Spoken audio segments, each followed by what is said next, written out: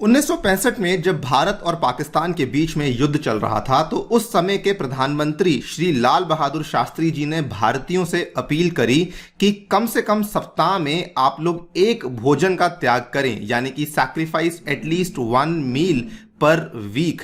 ये बहुत सारी चुनौतियों में से एक चुनौती थी जो कि उस समय के भारत को फेस करनी पड़ रही थी। और चुनौती ये थी कि आबादी बढ़ रही थी और सरकार के पास उस बढ़ती हुई आबादी की जो फूड डिमांड थी उसको पूरा करने के लिए ग्रेन्स या फिर क्रॉप्स अवेलेबल नहीं थे। बात करेंगे आज की इस वीडियो में कि एग्जैक्टली ऐसे हालात भारत में हमें क्यों देखने को मिले, क्या वजह थी कि भारत ने अमेरिका से गेहूं का आयात करने का निर्णय लिया 1954 में, और ये भी डिस्कस करेंगे कि किस कारण से भारत ने 1971 में अमेरिका से उस गेहूं को जो इंपोर्ट था उसके ऊपर प्रतिबंध लगा दिया था। नमस्कार दोस्तों, स्वागत है आप सभी का पाथफाइंडर पर। मेरी तरफ से और पाथफाइंडर की संपूर्ण टीम की तरफ से आप सभी को 77th इंडिपेंडेंस डे की बहुत बहुत शुभकामनाएं। और आज के इस लेक्चर में हम लोग इसी चीज पे डिस्कस करने वाले हैं कि किस तरीके से भारत गेहूं के क्षेत्र में आत्मनिर्भर बना, किस तरीके से 1971 में भारत ने अमेरिका से वीट के इंपोर्ट को बंद किया। चलिए शुरू करते हैं मेरे साथ। मेरा नाम है अनिरुद्ध। यदि आप लोग हमें फॉलो करना चाहते हैं, हमारे लेक्चर्स के अपडेट्स को पाना चाहते हैं, तो यहाँ पर दिए गए टेलीग्राम चैनल के माध्यम से ऐसा कर सकते हैं। इसके अलावा दोस्तों बताना चाहेंगे कि आज आखिरी दिन है पाथफाइंडर की सेल का, जिसमें कि आपको जो पूरा पाथफाइंडर का कोर्स है वो अवेलेबल हो रहा है मात्र 8,420 रुपए में, जिसमें आपको प्रीलिम्स और मेंस और सीसैट की कंप्लीट तैयारी करवाई जा रही है। साथ ही में टेस्ट सीरीज भी अवेलेबल करवाई जा रही है। ये बैच शुरू होने वाला है परसों से, जिसमें अगर आपने एनरोल नहीं किया है अभी जाइए एनरोल कर लीजिए। यूजिंग माई कूपन कोड अनि UPSC आप इसमें एनरोलमेंट ले सकते हैं। मेरे ही द्वारा इस बैच में आपके लिए साइंस एंड टेक से शुरुआत करवाई जाएगी। तो जो नए विद्यार्थी जुड़ने वाले हैं उनको space tech, defence tech, biotech and बाकी जो भी टॉपिक्स हैं साइंस एंड टेक में प्रीलिम्स और मेंस के लिए उनको कवर करवाया जाएगा along with the latest current affairs for science and tech as well. अगर आप लोग कॉम्बो परचेज करना चाहते हैं तो वो भी कर सकते हैं। हिस्ट्री, एंथ्रो, ज्योग्राफी, PSIR के कॉम्बोज भी अवेलेबल करवाए गए हैं। मात्र 14,300 रुपए में आप इस पूरे के पूरे बैच का कॉम्बो भी परचेज कर सकते हैं। कोई भी आपको डाउट है तो आप यहां पर दिए गए टेलीफोन नंबर पर संपर्क कर सकते हैं और अपनी डाउट्स को क्लियर कर सकते हैं। डायरेक्टली एनरोल करना चाहते हैं तो एनरोलमेंट इस कोड के माध्यम से करेंगे तो आपको मैक्सिमम डिस्काउंट अवेलेबल करवा दिया जाएगा। ऑल्सो आखिरी दिन है पाथफाइंडर पास को परचेज करने का। अगर आपने इसको चेकआउट नहीं किया है तो चेकआउट कर सकते हैं। जो भी नई नई ऑफरिंग्स हम लोग आपके लिए लेकर आने वाले हैं आप उनके माध्यम से इस पास को एक्सेस कर पाएंगे। जो भी पाथफाइंडर अगले 2 साल के लिए नई चीजें आपके लिए लॉन्च करने वाला है, इस पास के माध्यम से आप उन सभी ऑफरिंग्स को एक्सेस कर पाएंगे। ऑल राइट, सबसे पहले एक थोड़ी सी पृष्ठभूमि को समझ लेते हैं कि इंडिया की जो फूड डिमांड थी वो आखिरकार किस तरीके से बढ़ रही थी। कहानी असल में शुरू होती है 1937 से। 1937 में क्या हुआ था कि इंडिया की जो पॉपुलेशन थी वो तो पहले से ही बढ़ रही थी, लेकिन 1937 में एंड 1947 में 2 मेजर इवेंट्स हुए थे। 1937 में क्या हुआ था, बर्मा, जिसको हम आज की डेट में म्यांमार के नाम से जानते हैं, वो अलग हो गया था फ्रॉम ब्रिटिश इंडिया। और ये बहुत बड़ा झटका हमारे लिए इसलिए था because Burma was a crucial reason for growing pulses. उसके बाद 1947 में जो बहुत बड़ा झटका भारत को लगा था वो ये था कि भारत को वेस्ट पंजाब खोना पड़ा था और ईस्ट पाकिस्तान भी खोना पड़ा था ड्यूरिंग दी पार्टीशन। ये आप यहां पे देख पाएंगे, ये वाला जो मैप आपके सामने है ये असल में ग्रेटर पंजाब का एरिया था, लेकिन पार्टीशन के बाद ये आपका वेस्ट पंजाब जो कि फिलहाल पाकिस्तान में चला गया है, और ये आपका ईस्ट पंजाब जो कि इंडिया में रह चुका था। ऑब्वियसली आज के डेट में जो ईस्ट पंजाब है इसके और भी भाग हो चुके हैं, जैसे कि पंजाब, हरियाणा एंड कुछ इसके हिस्से हिमाचल प्रदेश में भी चले गए हैं। लेकिन 1947 में जो मैप था वो कुछ इस तरीके से नजर आता था कि west Punjab went to Pakistan and east Punjab remained in India. इसका सबसे बड़ा नुकसान क्या हुआ था कि वेस्ट पंजाब जो था उसका असल में जो कनाल सिस्टम था वो बहुत ही शानदार था, एंड सबसे बड़ी बात वो एक वीट ग्रेनरी माना जाता था, मतलब कि वहां पर गेहूं का जो उत्पाद था वो बहुत ज्यादा हमें देखने को मिलता था। सेकंड बड़ा झटका क्या लगा कि ईस्ट पाकिस्तान भी हमें खोना पड़ा था ड्यूरिंग द पार्टीशन, और ईस्ट पाकिस्तान भी जिसको हम आज की डेट में बांग्लादेश के नाम से जानते हैं वो प्रॉब्लम इसलिए बना बिकॉज ईस्ट पाकिस्तान जो है वो राइस बाउल था, यानी कि वहां पे चावल की खेती काफी बड़े लेवल पे होती थी। इस चीज से क्या हुआ कि वीट और राइस दोनों का ही जो सप्लाई था वो इंडिया में कम हो चुका था, because they had now gone to a different country, और पाकिस्तान को सारा का सारा इस चीज का सप्लाई जा रहा था।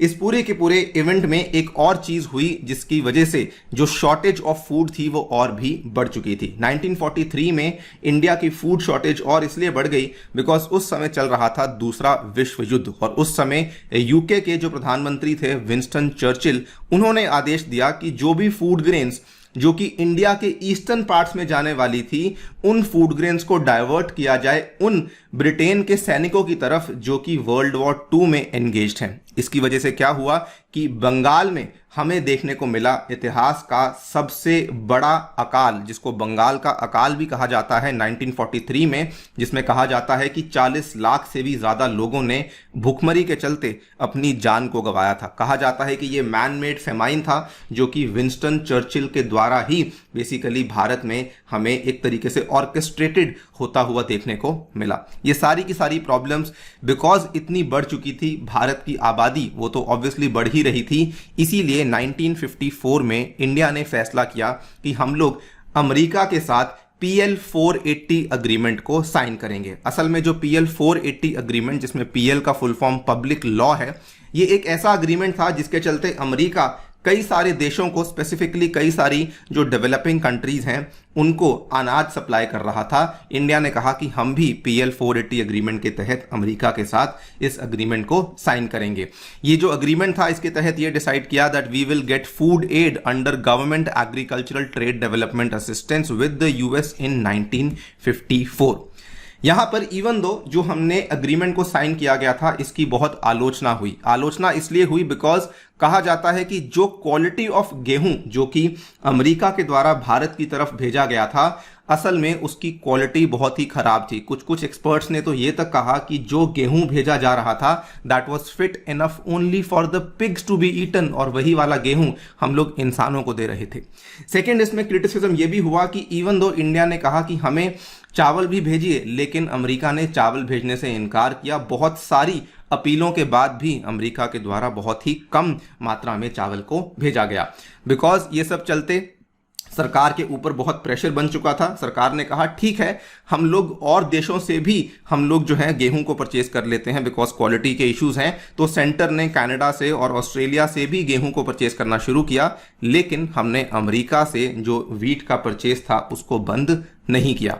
इनफैक्ट आपको जानकर काफी हैरानी होगी कि 6 साल तक जो वीट का परचेज था वो चलता रहा। 1960 में जो हमारे उस समय के कृषि मंत्री थे SK पाटिल, इन्होंने अमेरिका के उस समय के प्रेसिडेंट जिनका नाम था आइजनहावर, उनके साथ अग्रीमेंट को साइन किया, और ये वाला जो अग्रीमेंट था 1954 के पैक्ट से 4 गुना ज्यादा था। मतलब कि हमने हमारा जो आयात था गेहूं का फ्रॉम अमेरिका, ये बहुत ही ज्यादा बढ़ा दिया था। और यहां पर कहीं ना कहीं ये सही भी था बिकॉज कहा जा रहा था कि इंडिया की जो फूड प्रोडक्शन है वो तो बढ़ नहीं रही है। इंडिया की फूड प्रोडक्शन जो है वो 62 मिलियन टन्स पे गिर चुकी थी।